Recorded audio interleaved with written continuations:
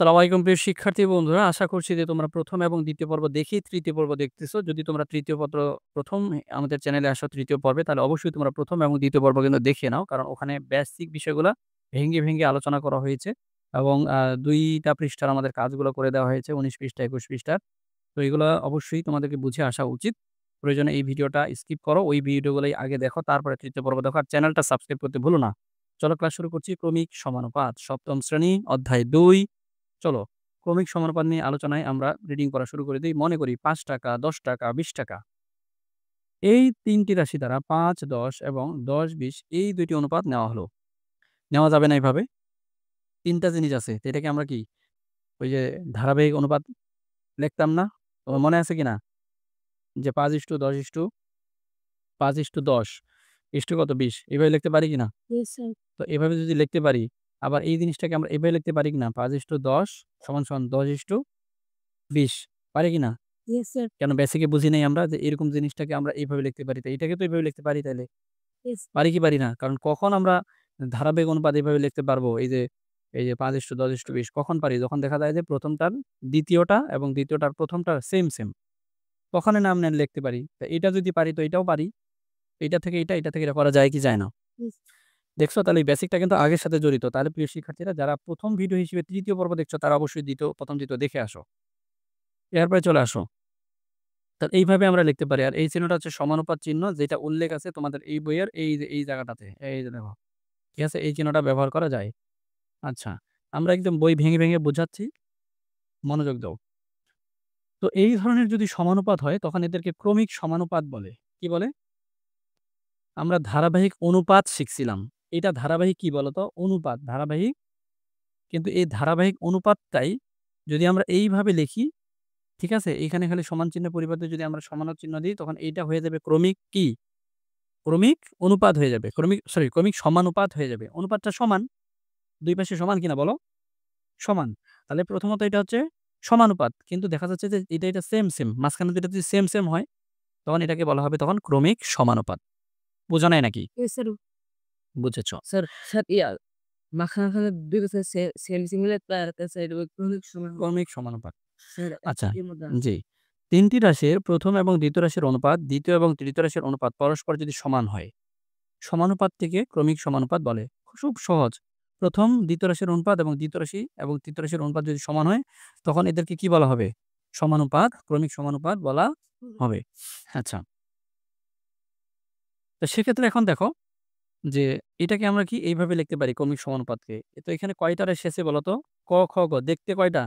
দেখা যাচ্ছে ৪ টা, কিন্তু মেইনলি খ, খ তো একই জিনিস। সেম না ২ টাই? তাহলে এখানে আছে কয়টা বলো তো? ৩ টা রাশি না? কি? ক, খ এবং গ। তাহলে ক, খ, গ এগুলো কি সমানুপাতি না? কি সমানুপাতি? ক্রমিক সমানুপাতি। কি সমানুপাতি? ক্রমিক আচ্ছা, তাহলে এটাকে আমরা দেখো ক:*খ। হ্যাঁ, ক:*খ। তো এই জিনিসটাকে কি আমরা এইভাবে লিখতে পারি কিনা? আমার খাতায় লক্ষ্য করো তোমরা। ক:*খ এই চিহ্নটা আছে, সমানুপাত চিহ্ন। আবার খ:* কত? গ। তো এই জিনিসটা কি আমরা ক/খ সমান খ/গ। তো প্রিয় শিক্ষার্থী বন্ধুরা, যেটা আমরা আলোচনা করছিলাম, তো এবার লক্ষ্য করো যে ক/খ এবং খ/গ লেখা যাবে। তো এখন এটা আড়াআড়ি গুণ করতে হবে। তো আড়াআড়ি গুণ করলে কি হবে দেখো তো? ক আর গ গুণ করলে কি হয়? হ্যাঁ? ক আর গ গুণ করলে হবে ক গুণ গ সমান কি? খ গুণ খ। আচ্ছা, বাহ! ক আর গ থাকলো এখানে। আর খ আর খ গুণ করলে কি হয়? খ স্কয়ার। খ স্কয়ার। আচ্ছা। তো এখন খ স্কয়ার সমান কি? ক ইন্টু গ না? গ। এখন তোমরা আমাকে একটা কথা বলো তো, যে এটা কি ১ম রাশি না? এটা ২য় রাশি না? এটা ৩য় রাশি না? এটা ৪র্থ রাশি। ঠিক আছে? তাহলে এখন আল্টিমেটলি কি হচ্ছে দেখো তো? যে ১ম রাশি গুণ কত হচ্ছে দেখো তো? ২য় রাশি। এটা কি ২য় রাশি রে? হৈত! মা ক হচ্ছে ১ম রাশি। এইখানে না লিখতে হবে। এটা কেন ১ম রাশি হইতে যাবে? এটা তো গুণ করে না আনলাম। তাহলে ক হইতেছে ১ম রাশি, খ হইতেছে ২য় রাশি, এইটা হচ্ছে ৩য় রাশি, এইটা হইতেছে ৪র্থ রাশি। তাইলে সেই হিসেবে ক হইতেছে কি রাশি? ১ম রাশি। আচ্ছা। এবং গ হইতেছে কি রাশি? ৪র্থ রাশি। গ কি রাশি?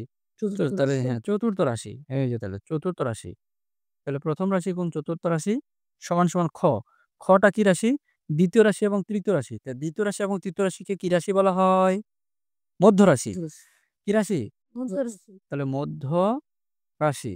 তাহলে মধ্য রাশি। তা মধ্য রাশি কয়টা এখানে? ২ টা। স্কয়ার হবে না? স্যার। হবে কি না? হ্যাঁ, তাহলে মধ্য রাশির উপরে কি হবে? স্কয়ার। কারণ ২ টাই তো সেম। ২ টাই কি? তাহলে এখান থেকে একটা সূত্র পাইলাম আমরা। কি সূত্র? অতএব যে মধ্য রাশি স্কয়ার সমান কি? প্রথম রাশি গুণ কত? চতুর্থ। চতুর্থ রাশি। তাহলে এটা একটা সূত্র, এটা মুখস্থ করতে হবে। যে এটা কিসের সূত্র? ক্রমিক সমানুপাতি বের করার সূত্র। কিসের সূত্র? ক্রমিক সমানুপাতি। ক্রমিক সমানুপাতি বের করার সূত্র। আচ্ছা, এখন আসো তাইলে। এখানে দেখো যে একটি ক্রমিক সমানুপাতে প্রথম এবং তৃতীয় রাশি দেওয়া আছে ৪ এবং ১৬। তাহলে প্রথমটা হচ্ছে ৪ এবং পরেরটা হইতেছে ১৬। মধ্য সমানুপাতি বের করো ও ক্রমিক সমানুপাত নির্ণয় করো। তো মধ্য সমানুপাতির সূত্র কি? এই যে শিখছিলাম। মধ্য রাশি স্কয়ার সমান এইটা, তাই না? আচ্ছা, তাহলে দেখো। তাহলে আমরা জানি প্রথম রাশি গুণ তৃতীয় রাশি সমান কি? দ্বিতীয় রাশি স্কয়ার, তাই না? আর এই দ্বিতীয় রাশিটাই তো মধ্য রাশি, তাই না? আচ্ছা, তাহলে আমরা ডাইরেক্ট তো মধ্য রাশি দিয়েই সূত্র শিখছি।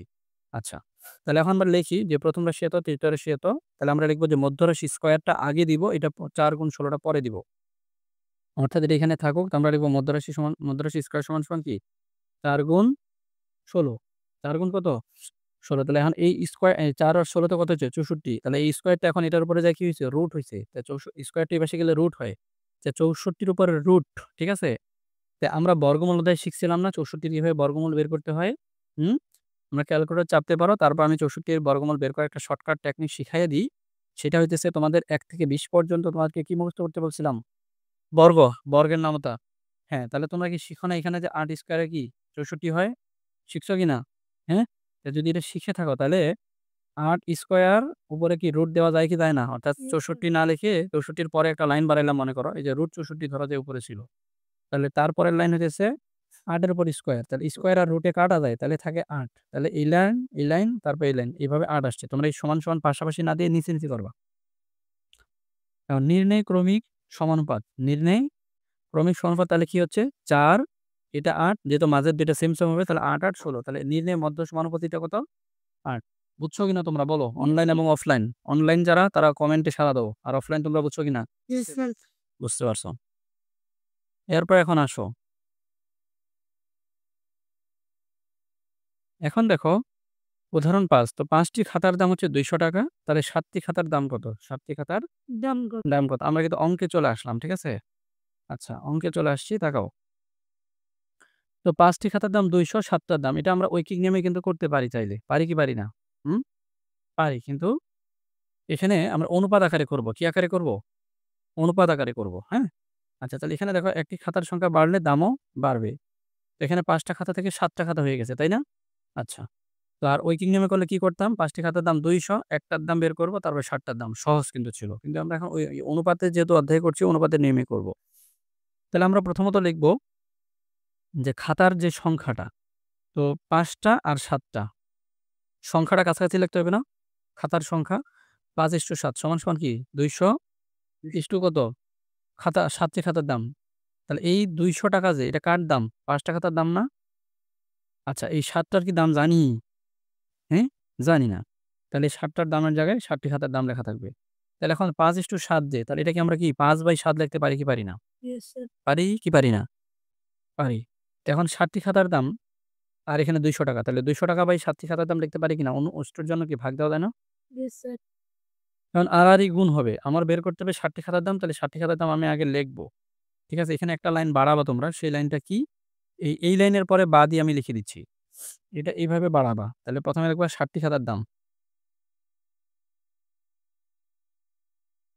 ৬০ টি খাতার দাম গুণ দিবা। তাহলে এটার সাথে আড়াআড়ি গুণ করলে কত গুণ হবে? ৫। ৫ সমান কি? এই যে সমান হচ্ছে এই যে ২০০ আর ৭। ২০০ আর কি? ৭ গুণ। আচ্ছা, এখন দেখো বের করতে হবে ৬০ টা খাতার দাম, তাই না? তো এই যে ৭ টা খাতার দাম গুণ ৫ আছে, এটা নিচে যায় কি হবে? ভাগ ৫। ঘুমাইতেছো নাকি? হ্যাঁ? তো ৫ দিয়ে ২০০ কে ভাগ করলে কত হবে? ৪০। ৫ দিয়ে ২০০ কে ভাগ করলে ৪০। ৪০। তাহলে এখন 7 আর 40-এ 4 আর সাথে গুণ করলে 28 হয়। শূন্যটা বসিয়ে দিলাম ৳280 টাকা। তাহলে এটাই হচ্ছে আমাদের ৭ টি খাতার দাম বের করার সরি অনুপাত পদ্ধতি। অনুপাতের যে নিয়ম সেই হিসেবে। তাহলে আমরা খাতার সংখ্যাটা পাশাপাশি লিখেছি, দামটা পাশাপাশি। তো ১ম এ ৫ টা, তাই ৫ টার দামটা এখানে সমান চিহ্নের পরে দিয়েছি। ৭ টার দাম বের করতে হবে, তাই ওটা লিখে রেখেছি। তো এটা ক্লিয়ার বোধহয়, তাই না? Yes sir. এখন আর দেখো আমরা ৬ নাম্বারটা করেই এই পর্বটা শেষ করব। তো আবার ৪র্থ পর্ব আসবে। তো এবার লক্ষ্য করো। ১২ জন লোক একটি কাজ ৯ দিনে করতে পারে। তো একই হারে কাজ করলে ১৮ জনে কতদিন? তাহলে জনগুলা পাশাপাশি লিখব। জনগুলা এই যে এই জন আর এই জনকে আমরা পাশাপাশি লিখব। তাহলে ১২:১৮ 18 ১২:১৮ সমান কি হবে তাহলে? নির্ণয় সময়, অর্থাৎ ১২ জনে কত দিনে করতে পারবে এটাই তো চাইছে। তাই না? হ্যাঁ? তো ১৮ জনের কাজটি করলে কত দিনে করতে পারবে? তাহলে নির্ণয় সমান, সমান আ স নির্ণয় সরি হ্যাঁ। তো নির্ণয় সময় সমান কি হবে? ৯ দিন। তাহলে ১২ দিন ১২ জনে কয় দিনে করতে পারে? ৯ দিনে করতে পারে। এখানে একটু মনে হচ্ছে আমার কাছে ভুল হয়েছে। তো ১২ জনে করে কয় দিনে? 9 ৯ দিনে না? তাহলে ১২ যদি এখানে হয় তাহলে ৯ টা কোথায় হওয়ার কথা ছিল? নির্ণয় সময়ের জায়গায়। তাই কি তাই না? Yes sir. আর ১৮ জনেরটা তো আমার বের করতে হবে। তাহলে এটা আমার পরে দেওয়া উচিত ছিল। তাহলে এখানে একটু সাজানোটা ভুল আছে। সাজানোটা কি আছে? ভুল আছে। তাহলে লিখবা ১২ ইস্টু হইতেছে ১৮ সমান লিখবা। তো ১২ জনে করে কয় দিনে? ৯ দিনে। তাহলে ইস্টু হচ্ছে দিব নির্ণয় সময়। তাহলে একটু আমি চেঞ্জ করলাম কিন্তু। ঠিক আছে? আচ্ছা। এরপর তোমরা দিবা তাহলে ১২/১৮ ১২/১৮ সমান কি? ৯ ভাগ নির্ণয় সময়, ৯ ভাগ সময়। এরপরে তোমরা দিবা তাহলে নির্ণয় সময় গুণ হচ্ছে কত বলো তো? ১২। নির্ণয় সময় গুণ কত? ১২ সমান চিহ্ন কি হবে? ১৮ গুণ ৯, ১৮ গুণ ৯। আচ্ছা। এরপর এখন লক্ষ্য করো, নির্ণয় সময় কথাটা তাহলে লিখি। নির্ণয়ের সময় আচ্ছা সমান কি হবে তাহলে? ১৮ গুণ ৯ নিচে কত? ১২ তাহলে ৯ ৩ দিয়ে যদি ৯ কে ভাগ দিই তাহলে কত হবে? ৩ ৩ দিয়ে ১২ কে ভাগ দিলে ৪। হ্যাঁ। আবার ৪ দিয়ে যদি আমরা কি ২ দিয়ে যদি ৪ কে ভাগ দিই ২, ২ দিয়ে দিই ৯। তাহলে ৩ নং কত উপরে হচ্ছে? ২৭ নিচে হচ্ছে ২। এখানে একটা গ্যাঞ্জাম আছে। এখন আমারটা ঠিক না বইয়েরটা ঠিক একটু চেক দিতে হবে। প্রিয় শিক্ষার্থী বন্ধুরা, এই পর্যায়ে আমরা ৬ নং উদাহরণটা দেখব। তো এখানে বলছে যে ১২ জন লোক একটি কাজ ৯ দিনে করতে পারে। তো একই হারে যদি কাজ করে তাহলে ১৮ জনে কাজটি কত দিনে করতে পারবে? তো আমি তোমাদেরকে একটু বোঝানোর জন্য একটু দেখতে বলব। সেটা হচ্ছে এইখানে তাকাও, আমরা ঐকিক নিয়মে একটু করে দেখি। তাহলে ১২ জনে কাজটা করে কি? ৯ দিনে। তাহলে একজনে যদি কাজটা করে তাহলে দিন বেশি লাগবে না কম লাগবে? বেশি। বেশি। তাহলে ১২ গুণ হচ্ছে কত? 9 ৯। তাহলে এখন যদি ১৮ জনে কাজটি করে? তাহলে ১২ গুণ ৯ নিচে কত? ১৮। তাহলে ৯ দিয়ে ১৮ কে ভাগ দিলে কত হয়? ২ হয়। ২ দিয়ে ১২ কে ভাগ দিলে ৬। তাহলে ঐকিক নিয়মে আসলো ৬ দিনে। ঠিক আছে? আচ্ছা এখন এখানে আসো। তো এখানে বলছে লক্ষ্য করি লোক সংখ্যা বাড়লে সময় কম লাগবে। লোক সংখ্যা যদি বেড়ে যায় সময় কি লাগবে? কম লাগবে। এবং যদি এরকম হয় তো সেক্ষেত্রে লোক সংখ্যা কমলে সময় বেশি লাগবে। লোক সংখ্যা যদি কমে যায় সময় কি লাগবে? বেশি। বেশি লাগবে। আচ্ছা, লোক সংখ্যার সরল অনুপাত সময়ের ব্যস্ততা অনুপাতের সমান হবে। লোক সংখ্যার সরল অনুপাত, লোক সংখ্যা ১২, ১৮ না? তাইলে এদের ব্যস্তানুপাত হবে আমাদের কাঙ্ক্ষিত উত্তর। আমি আবার বুঝাই বলি। লোক সংখ্যা বাড়লে সময় কম লাগবে। লোক সংখ্যা বেড়ে গেছে না? লোক সংখ্যা ১২ থেকে কত হইছে? ১৮। তাহলে কি সময় কম লাগবে। এখন তো আবার লোক সংখ্যা যদি কমে যায় তাহলে সময় কি লাগে? বেশি লাগে। তো এরকম যদি হয় তাহলে লোক সংখ্যার সরল অনুপাতটা হবে সময়ের ব্যস্তানুপাতের সমান। সময়ের ব্যস্তানুপাতের সমান। তাহলে ১২:১৮ আর এই জিনিসটা যাবে উল্টায়া। হওয়ার কথা ছিল ৯:১২ অর্থাৎ ১২ জনে করে ৯ দিনে তাহলে ৯ আগে হওয়ার কথা ছিল।